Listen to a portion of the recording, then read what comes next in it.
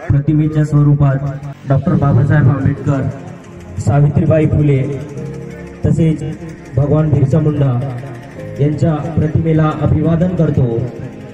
तसेच वीरांगना महाराणी दुर्गावती व क्रांतीसूर्य महामानव भगवान बिरसा मुंडा या संस्थेच्या माध्यमातून या ठिकाणी कार्यक्रम आयोजित करण्यात आला। तर आजच्या कार्यक्रमाला लाभलेले मान्यवर अध्यक्ष, उपाध्यक्ष तसेच प्रमुख मार्गदर्शक तसेच या कार्यक्रमाला उपस्थित या 13 गावातील नागरिक, महिला, लहान मुलं तसेच मोठी मुलं तसेच युवागण, तर मी देवेंद्र मडावी आज तुम्हाला या ठिकाणी सांगण्यासाठी उपस्थित आहोत। आताच आपल्याला इथं दिसून येत आहे की आपण कार्यक्रमासाठी किती सशक्तीने म्हणा किंवा किती तुम्ही याला महत्त्व देता हे आपल्याला दिसून येत आहे। तर जेव्हा या ठिकाणी डान्सचा कार्यक्रम झाला त्यावेळेस लोकांची गर्दी खूप होती आणि परत डान्स संपला त्यानंतर जेव्हा भाषण सुरुवात झाले त्यानंतर परत लोकांची उपस्थिती या ठिकाणी कमी झाली।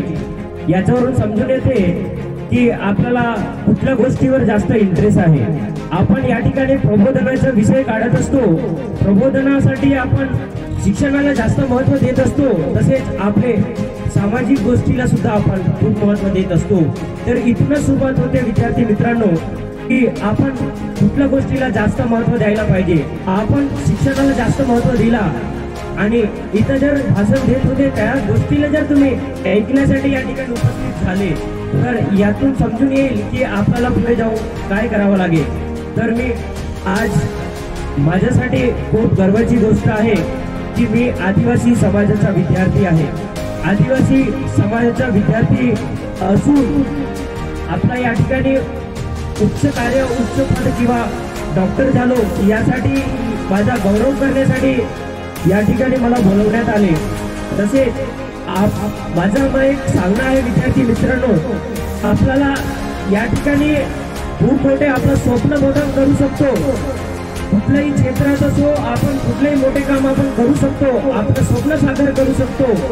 त्यासाठी आपल्याला योग्य मार्गदर्शन, योग्य दिशेची गरज असते।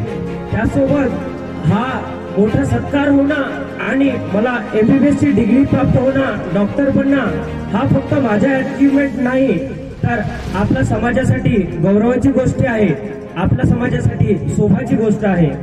तर विद्यार्थी मित्रांनो, आपण खूप मोठे स्वप्न बघितलं पाहिजे आणि नेहमी आपले स्वप्न पूर्ण करण्यासाठी आपण प्रेरित राहायला पाहिजे, तेव्हाच आपल्याला खूप मोठे गोष्टी लागतील। माझा या ठिकाणी डॉक्टर होणं हा एक उदाहरण झाला। तसेच वेगवेगळ्या क्षेत्रामध्ये आपल्या एरियातील, आपल्या गावातील, सर्व परिसरातील लोक सुद्धा प्रत्येक क्षेत्रामध्ये आपले मोठे कामं करू शकते आणि त्या मोठे कामं करण्यासाठी आपल्याला कुठल्या गोष्टीची आवश्यकता असते तर त्यासाठी आपला प्रामाणिकपणा असायला पाहिजे, आपल्याला स्वतःमध्ये विश्वास असायला पाहिजे आणि आपण योग्य रीतीनं मेहनत केला पाहिजे। तर तसेच मी आपला आई वडिलांना कळकळीची विनंती करतो, आपले मुलं या ठिकाणी शिक्षण घेत असतात त्यावेळेस आपण त्यांना सपोर्ट केला पाहिजे, आपण त्यांचा साथ दिला पाहिजे। त्यांना कुठल्या गोष्टीचा अडचण येतो त्या गोष्टी पासून आपल्याला मार्ग निघाला पाहिजे, यासाठी आपण त्यांना प्रेरित केला पाहिजे आणि तेव्हाच आपले मुलं एक मोठ्या स्थानामध्ये पोहोचतील। त्यासोबत आज मला इतकं मोठं डॉक्टर बनण्याची संधी मिळाली याचा सर्व श्रेय माझ्या आई वडिलांना जातो, माझ्या समाजाला जातो। तसेच जो केलेला इमानदारीवाला मेहनत याला जातो, तसेच स्वतःवर असलेला आत्मविश्वास या सर्व गोष्टींना श्रेय जातो ते माझ्या यशाचा। तर विद्यार्थी मित्रांनो, मी सुद्धा लहानसा गावातूनच, सगळ्यांना माहित आहे इतकसा, जो तुमच्यातूनच आहे आणि जो लहानपणी तुमच्यासारखाच कंचे खेळायचा, इकडे तिकडे फिरायचा, तुमच्यासारखाच विद्यार्थी ज्याला लिहिता येत नव्हता, वाचता येत नव्हता, बोलता धडाचा सुद्धा येत नव्हता आणि अशा व्यक्तीला वेगळ्याच ठिकाणी छंद असायचा असा विद्यार्थी तुमच्या पुढे आज डॉक्टर बनू शकत असेल तर तुम्ही सुद्धा डॉक्टर बनू शकता किंवा वेगवेगळ्या क्षेत्रामध्ये आपले महान कार्य करू शकता, वेगळ्या क्षेत्रामध्ये तुमचा उच्च स्थान निर्माण करू शकता। आजकाल कसं होतंय, विद्यार्थ्यांना जर आपण विचारला का यश का मिळाला नाही तर विद्यार्थी आपल्याला सांगतात माझी परिस्थिती बरोबर नव्हती। असे आपल्याला अनेक लोक मिळतात जे आपल्याला कारण देतात। आपल्या पुढे इथं बसलेले प्रत्येक मान्यवर आहेत, प्रत्येक जण आहेत, ते प्रत्येक व्यक्तीला कुठल्या ना कुठल्या परिस्थितीतून सामना करून पुढे जावं लागतो आणि एक मोठ्या स्थानमध्ये ते आपल्या पुढे आहेत, त्यांना उच्च दर्जा मोठे व्यक्ती झाले। हे जर या परिस्थितीला दोष देत बसले असते तर आज आपल्या पुढे ते मोठे व्यक्ती झाले नसते। ते शक्य झाला फक्त आणि फक्त चांगली मेहनत, आपल्यामध्ये असलेला आत्मविश्वास, त्यांनी वेगळ्या पद्धतीनं केलेलं कार्य, विद्यार्थ्यांमध्ये असलेलं धाडस, या सर्व गोष्टीमुळे यश झाले। आपल्या मुलांमध्ये तयारी करण्याची उत्सुकता असते आणि थोडक्यात ते तयारी करतात, पण आपल्या विद्यार्थ्यांचा ध्येय क्लिअर नसतो की पुढे जाऊन नेमका करायचं काय आहे। जिथे तिथे कसं तरी ढकलत ढुकलत येऊन 10वी 12वी करतात आणि तिथे शिक्षण थांबवतात। तर विद्यार्थी मित्रांनो, जसं की मी एक उदाहरण देतो, एक विद्यार्थी चांगला सजून बजून बाहेर येतो आपल्या गावातून आणि बस स्टँडमध्ये जाऊन थांबतो आणि बसची वाट पाहत असतो। एक बस येतो, इकडून दुसरा बस जातो, तिसरा बस येतो ते पण जातो, चौथा बस येतो ते पण जातो, असं करत करत संध्याकाळ होऊन जाते। पण शेवटी त्या विद्यार्थीला विचारण्यात येतो का रे बा तू कुठे गेला नाही का? तेव्हा त्या विद्यार्थीकडून उत्तर मिळतो, त्या विद्यार्थ्याच्या लक्षातच नसतो का नेमकं त्याला जायचं कुठे आहे। तर नेमकं म्हणायचं हे गोष्ट आहे की आपलं लक्ष जर असला, जर त्या विद्यार्थीला त्याचं लक्ष राहिलं असतं की मला या गावी जायचं आहे, त्या या गावी जायचं आहे, तर तो त्या ठिकाणी उभा राहिला नसता, व्यवस्थितरित्या ते बसमध्ये बसून तो चालला गेला असता। तर विद्यार्थी मित्रांनो, खूप मोठे स्वप्न बघा, खूप मोठे स्वप्न बघितले तर ते आपले साकार होतील, आपल्याला चांगला संधी मिळेल, आपल्याला लवकरात लवकर कुठे ना कुठे स्थान मिळेल, आपल्याला कुठे जॉब मिळेल आणि आपण आपल्या समाजाचा, आपल्या फॅमिलीचा एक सपोर्ट सिस्टम बनवू। आपण आपल्या फॅमिलीला, आपल्या कुटुंबाला आपण लालन पालन पोषण जे काय ते त्या गोष्टी आपण प्रोव्हाइड करू। तर या ठिकाणी आई वडिलांनी आपल्या मुलांना संस्कार दिला पाहिजे। आपण आपल्या मुलांवर कसे संस्कार करतो, आपला जे गोष्टी वागण्यामध्ये दिसतात, बोलण्यामध्ये, ते सगळं आपला मुलांपुढेच होत असतो। तर आपलं बोलणं झाला, वागणं झाला, ते सर्व गोष्टी चांगले असले पाहिजे। आपण जेव्हा या सर्व गोष्टीचं भान ठेवू तेव्हा आपले मुलं चांगले संस्कारी घडतील, आपल्या मुलांमध्ये विचार करण्याची क्षमता येईल।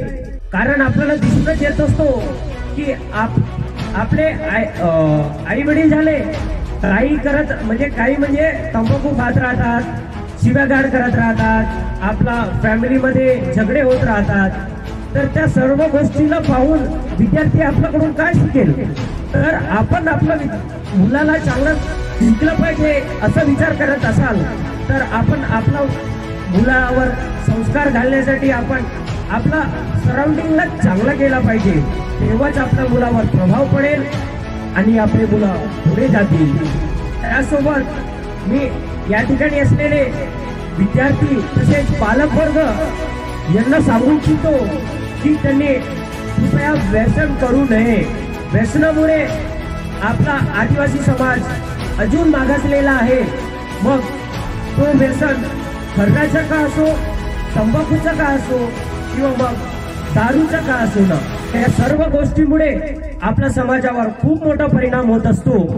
आपल्याला वाटते हे नशा केल्यामुळे आपल्याला काही होणार नाही, तर विद्यार्थी मित्रांनो, ह्या नशा केल्यामुळे आपल्याला शरीरावर फक्त परिणाम होत नाही, तर आपला बौद्धिक स्थिती आहे, आपला मानसिक स्थिती आहे, आपले संबंध आहेत, या सर्व गोष्टींना आपला व्यसनाचा प्रभाव होतो। आपला जो विचार करण्याची क्षमता आहे ते सुद्धा आपण गमावून बसतो। विद्यार्थ्यांमध्ये आपण बघत असतो खर्रा खाणारे असतात, त्यांचा उच्चार सुद्धा व्यवस्थित निघत नाही. काही लोकांच्या, काही विद्यार्थ्यांच्या तोंड असं झालंय की तोंड सुद्धा उघडत नाही, तरी त्यांची इच्छा नाही की आपण सोडला पाहिजे. तर विद्यार्थी मित्रांनो, तसेच पालक वर्ग, आपण सगळं व्यसनापासून दूर गेलं पाहिजे.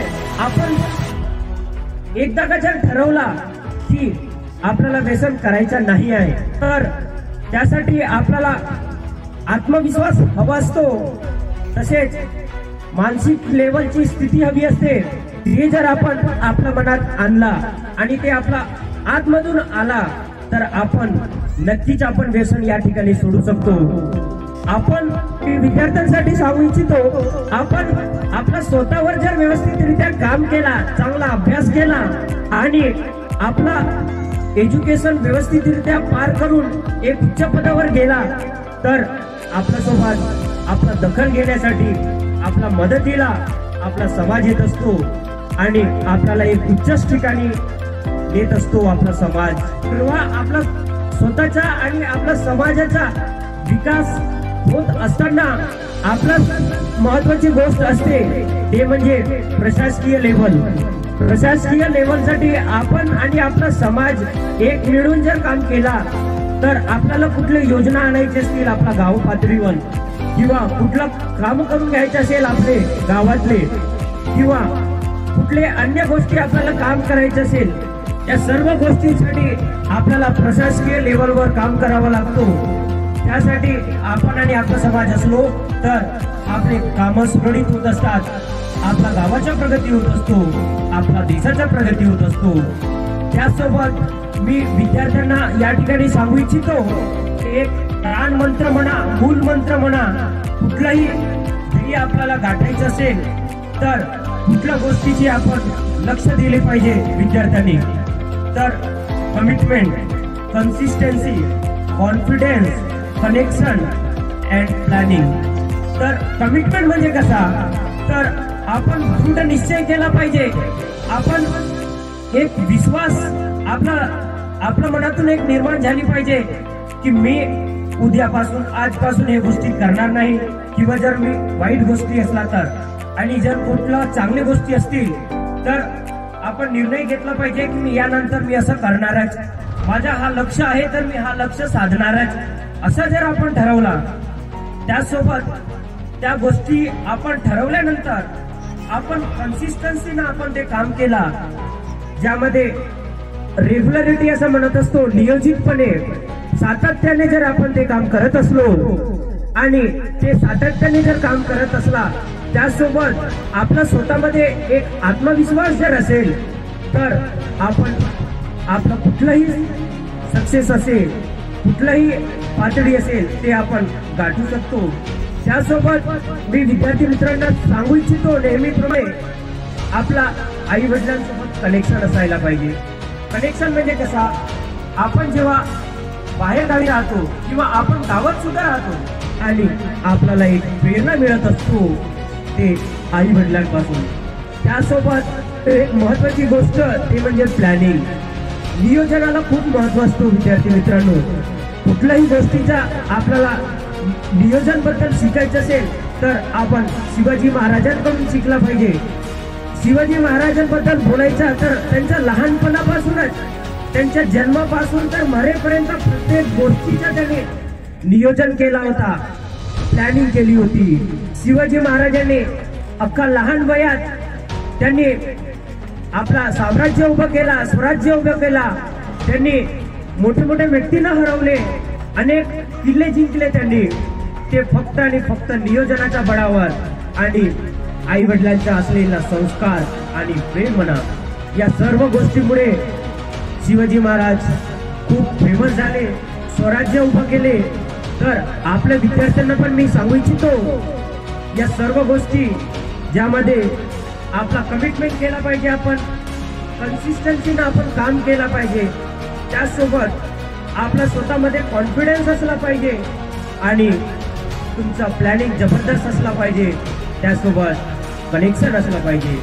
तर सरते शेवटी आपण बघत आहोत परिसरामध्ये आपला देश कुठे चालला आहे, आपण कुठे आहोत, दुसरा समाज कुठे आहे. आपण दुसऱ्या समाजाकडून आपण शिकलं पाहिजे, ते किती शिकले, आपल्या समाजाला घेतले आणि पुढे गेले, आपण या गोष्टीकडे आपण लक्ष दिलं पाहिजे आणि तेव्हाच आपला समाजाचा विकास होईल. चला तर मग आपण एक ठाम दृढ निश्चय करूया आणि आपल्या समाजाला पुढे नेण्यासाठी प्रयत्न करूया. शेवटी प्रत्येक गोष्टीमध्ये मी समाज समाज म्हटलो, हे इथं जमलेले सगळे लोक हे पण या समाजामुळेच या ठिकाणी उपस्थित झाले, जमा झाले. समाजाला खूप महत्त्व असतो. आपण जर चांगले कार्य केले, आपला समाज आपल्याला नेहमी सपोर्ट करेल, आपल्याला योग्य मार्ग दाखवेल आणि आपला समाजाला टिकवण्यासाठी योग्य भूमिका देईल आणि आपण ते योग्यरित्या आपण पार पाडू आणि आपल्या समाजाचा नाव लौकिक करू. धन्यवाद. जय सेवा.